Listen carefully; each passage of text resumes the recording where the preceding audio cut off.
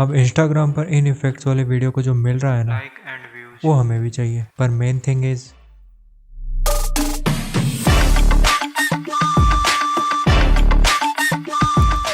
First अपनी video clip को option की को होल्ड करके ऊपर वाला ट्रैक पर डुप्लीकेट कर लो और उसके ब्लेंड मोड को स्क्रीन पर सेट कर दो।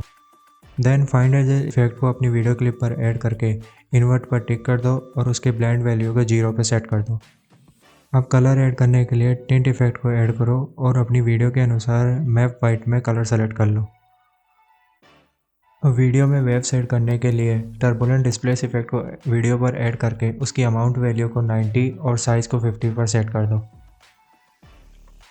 अब वीडियो में ग्लो इफेक्ट ऐड करने के लिए वीआर ग्लो इफेक्ट को वीडियो पर ऐड करके उसकी लूमा वैल्यू को 0.20, ग्लो रेडियस को 20 और ग्लो ब्राइटनेस को 5 पर सेट कर दो। देन यूज टिंट कलर को टिक करके कलर पिकर से टिंट कलर को सिलेक्ट कर लो। अब स्कैनिंग इफेक्ट के लिए एक्सट्रैक्ट इफेक्ट को अपनी वीडियो क्लिप पर ऐड कर लो और उसे बाकी सभी इफेक्ट के ऊपर ड्रैग कर लो। देन एक्सट्रैक्ट इफेक्ट की सभी वैल्यूज़ को 0 पर सेट कर दो और क्लिप के स्टार्टिंग में आकर वाइट इनपुट लेवल में एक की फ्रेम ऐड कर लो और वीडियो क्लिप के एंड में जाकर वाइट इनपुट वैल्यू को 100 पर सेट कर दो।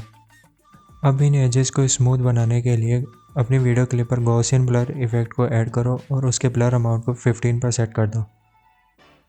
अब आपको यदि ये इफेक्ट वीडियो के किसी स्पेसिफिक पार्ट या ऑब्जेक्ट पर चाहिए, उसके लिए आपको वीडियो क्लिप को सेलेक्ट करके ओपेसिटी मास्क में पेन टूल से उस स्पेसिफिक पार्ट पर आपको मास्क क्रिएट कर लेना है और उसे ऑटो ट्रैक कर लेना है। इस इफेक्ट के फाइनल रिजल्ट के लिए आप ये वीडियो देख सकते हैं। इस वीडियो के लिए इतना ही, फिर मिलते हैं नेक्स्ट वीडियो में, तब तक के लिए।